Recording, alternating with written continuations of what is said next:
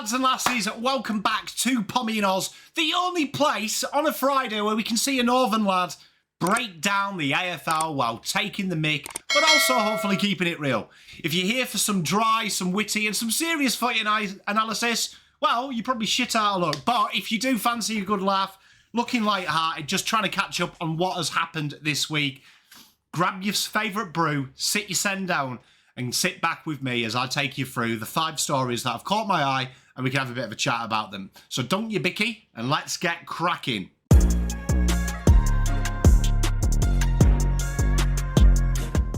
Before we jump into it though, I do want to start off with something a bit serious. A big friend of the channel, supporter of the channel, and a friend to a lot of you in the comment section, Carlton brother Glenn Campbell unfortunately passed away this week. He was a big Carlton fan. He used to watch this show, Blue Abroad. You may have seen him in the comments and definitely met him at some of the functions. He unfortunately had a heart attack. So if you are out there, make sure that you seek the help that you need. 000, that's the one to call. Don't just be a big tough man and go, I'll be right. Make sure you go and get yourself checked out. And peace, love and light to all the Glenn Campbell family and the friends that are affected by it. He's a big loss to the community. And here at the Pommyinoz HQ, we send all the love. Now, before we jump in, I have a question for you. If you had to go out for a pint, which footballer would you go for a drink with? And it can be past and present here. No judgment, of course. You know what? I would choose Alex Pomcotter. I like Alex. I think he's got a great story. I think he's someone that you can bounce ideas off. So that would be my selection. But you guys and girls, you let me know who would you reach out to for a pint. Now, let's jump into it. We've got the Fev, a bloke who has been through, I think, his own shares of ups and downs. And he spoke out on behalf of mental health in football. And let me tell you, it's about time someone called it out properly, I feel. And this was all cemented by the tragic passing, and we've talked about him on this channel, Troy Selwood and Adam Hunter, who has got Fev really riding the waves and trying to get them to get an AFL mental health round, particularly for the men. And honestly, I think he's spot on. Footy is such a mental game as well as physical, and it's kind of like a smorgasbord, like a microcosm of what society is really like. And I really think it's something that's probably untalked about, particularly from an AFL standpoint. You have players that have their hamstrings pop, they have weeks off. In today's society, there's people saying that they're draining the club of money, they need to harden up. And again, that's like a microcosm of life that sometimes as a young male, I'm an older male now, you do feel like that. When you are down, it feels like the whole world encompasses you. And I think that needs to change. I think we can all agree on that. Less stigma around it, maybe a little bit of less of she'll be right, and a little bit more of what can I do to really hit the ground running. And also a great message to our young boys and girls out there as well, that when life hits you really hard, the first stage of coming up with a plan is to talk about it, and talk about it with people that can maybe have been there, but also maybe can have your best interests at heart.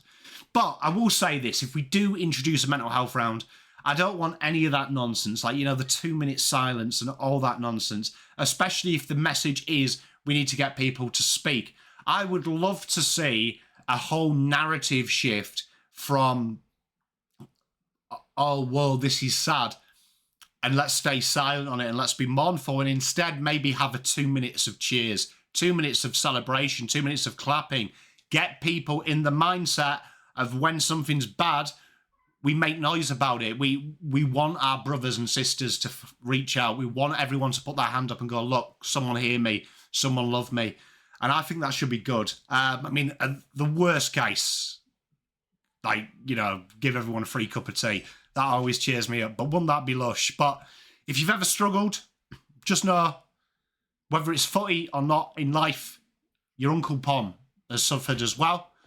And if you have made a mistake or you are feeling like the world is coming in, please reach out. Please reach out. Don't suffer in silence. I would much rather tell you you're being daft and this is totally normal than have to start my show giving you a eulogy. So let's keep the conversation going, eh?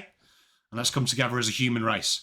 Up next, now we're talking about cost of living and stress, but how ridiculously expensive is it to watch the footy nowadays? Now, according to The Guardian, if you want to watch the AFL, the sport you love in Oz, you are looking to cough up just under $1,700,000 a year.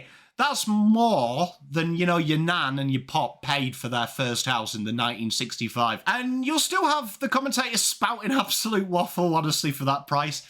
I want my own personal AFL butler if I'm paying that much. Who's going to sit me down in my dressing gown, get me pipe and make sure my tea is at perfect hot drinking temperature and going, "Sir, the Blues have just kicked a belter. Would you like another scoop of sugar in your tea?" But what makes it worse is that this is spreading across different services. One week you're on KO, next you're on Stan, Optus.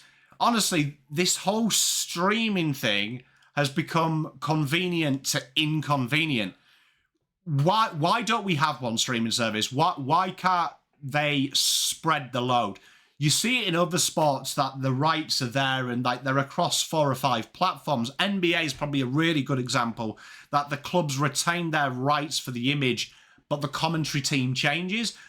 Like, what is wrong with that? Like, what is wrong with that? Like, or if they want to do a revenue building, why don't they like have some affiliated pubs that have a communal big screen and people that can't get to the game or can't afford to get the game, or it's an interstate game, it's more of a community thing. It just feel that it's already going down the avenue of other sports, and I think that's the appeal of the AFL. It's never really dipped its toes into like the foreign methodology that fans are pure cash cows. And it does worry me that although we have talked about the multi-level kind of scheme of the AFL, that it's on different platforms, it's going to progress the change of how we inhale the content. It does feel like it is starting to become a massive revenue builder, and eventually good working class families will be priced out of watching this great game live. So I hope we do find an interim, because I feel 2,000 is quite a lot when you consider you've got to remortgage your house just to buy a cabbage nowadays. It's insane to me. So let me know what you think in the comments. As always, we'll have a discussion. Okay, Carlton fans, look away now. You might want to skip this bit or grab yourself a real swift, stiff drink. If you're like me, and unfortunately your partner is a St Kilda fan, this is already doing your head in, and you're already praying for the end of the season, so we don't have to hear about it. But St Kilda are apparently ready to chuck $12 million, 7 years of contract for the great man himself, Tom De Koning. And yeah, that's right, 12 million. That's Hollywood money, innit? I mean, I'll be honest though, if I got offered 12 million, would I stay loyal? I would boot a Sherrin through me nan's favourite Coke bottle glass window for 12 million. And no, I'd probably still cop a bollocking at 40 years old.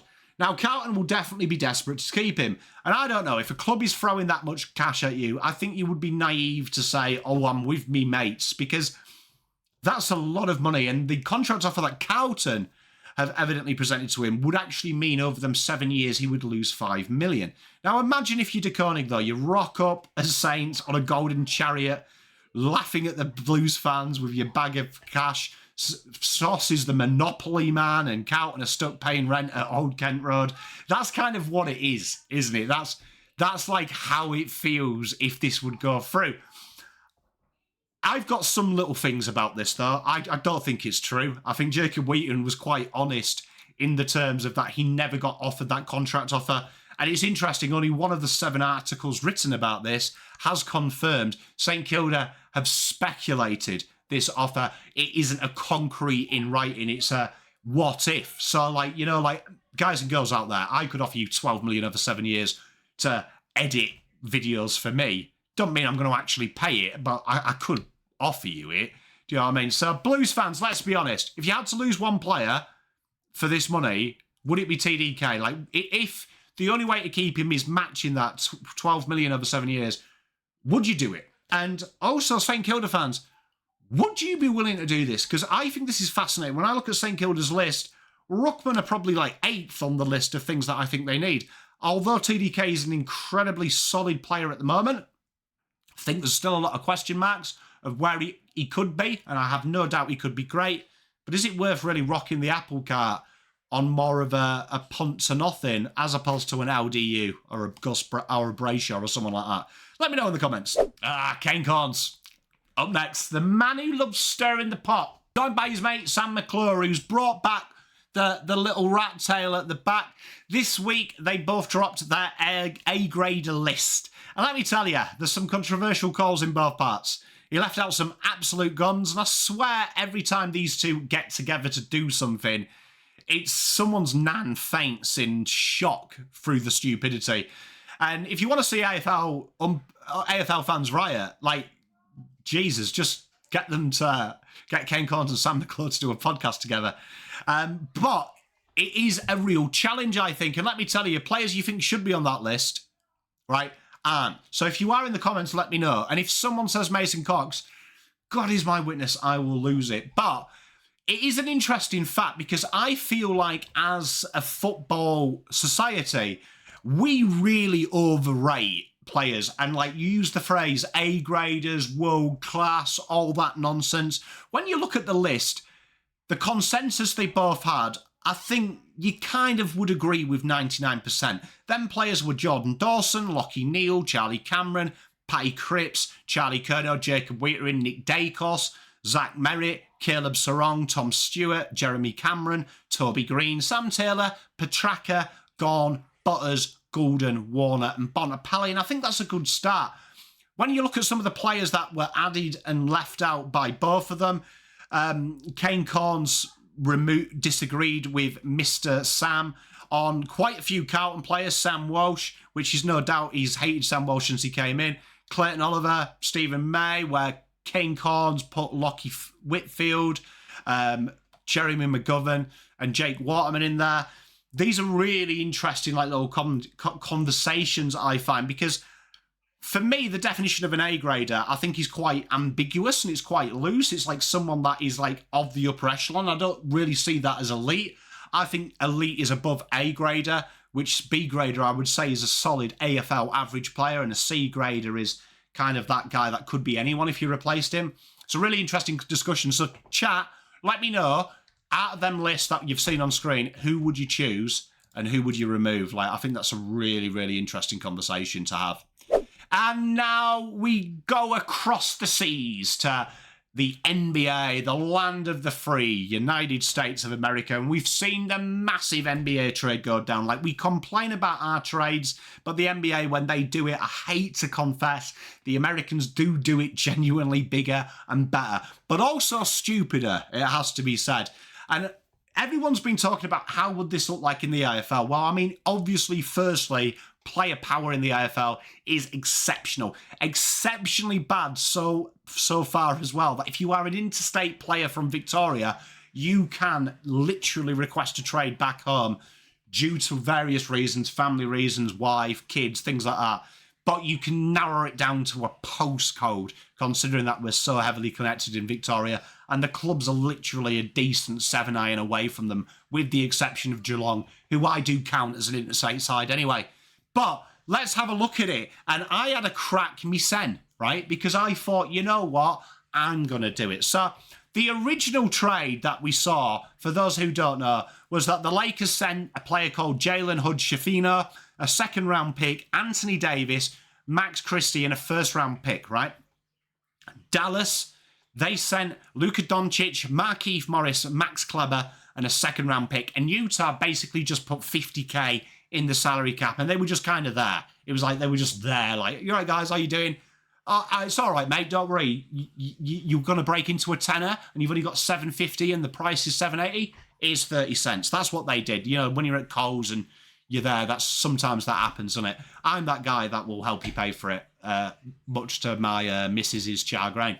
So let's have a look at the AFL. So this is what we've come up with. So Melbourne would send Max Gawn, a second-round pick, a first-round pick, Bailey Laurie and Cade Chandler, which I think kind of makes sense because when you look at what the Lakers sent, Max Christie and Jalen Hood-Schifino, not incredible footballers, but players that have either played some games for them and shown a little bit as a real solid squad player, but also a young player that potentially with a role change and a bit more time could be really spectacular.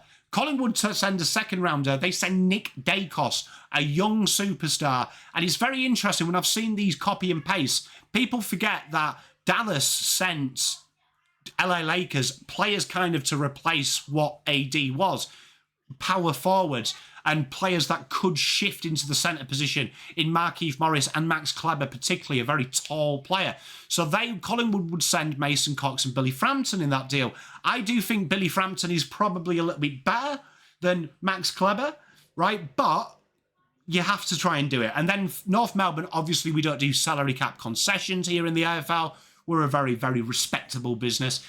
North Melbourne just sent 5th round picks because Utah are kind of like North Melbourne, a side that is going to be like the bottom 3 in the NBA. So that would mean that Melbourne would end up with Nick Dacos, Mason Cox, Billy Frampton and a 5th round pick from North Melbourne. Collingwood would end up with Max Gawn, Cade Chandler, a 1st round pick from Melbourne and a 5th round pick from North Melbourne. And North Melbourne would end up with Bailey Laurie and 2 seconds. So as you can see, even when you try and make sense of this with things that we understand, it's still a real balmy trade, isn't it? But it did get me thinking, would it be great if AFL clubs kind of could make this happen, don't you think? Melbourne ship off these players, Collingwood fans would be burning down the holding centre. Would it happen? Probably not. Would it be hilarious? Absolutely. Imagine Max Gawn being black and white, Collingwood fans, storming the holding centre. We have an outrageous trade, so I have a question for you. Give me your example and make it outrageous, because I love it is. Well, there we are, folks. Another week of AFL Madness wrapped up with a little bit of Northern charisma. If you enjoyed it, please give us a like, give us a subscription, and let me know in the comments, who do you think is the biggest A-grade sub? Should footy be cheaper to watch? I certainly think it should do. What would your trade be for your club's best player? And also, make sure you are checking in on your brothers and sisters and making sure they're all right. Let's have a bit of a natter, a chinwag in the comments. We've got some good content. We're going to complete our part series of the AFL next week. So we've got a 4-way team preview, and then we've got a 2-way to complete the selection. Stay tuned next week. We will have a live. This show will be live next week. We've got an AFL live show starting up in the next week as well, which is going to be a callback show where I want you guys and girls to jump on and we just discuss the problems of the world, of the AFL world, and what you're looking forward to and things like that. There will be subjects. And also, as always, this show will be back as well next week. So keep your pint strong, keep your cup of tea full, make your banter strong. I'm off for a brew. Peace, love and light. Pom out. Spent all my life holding all of it closely. I played it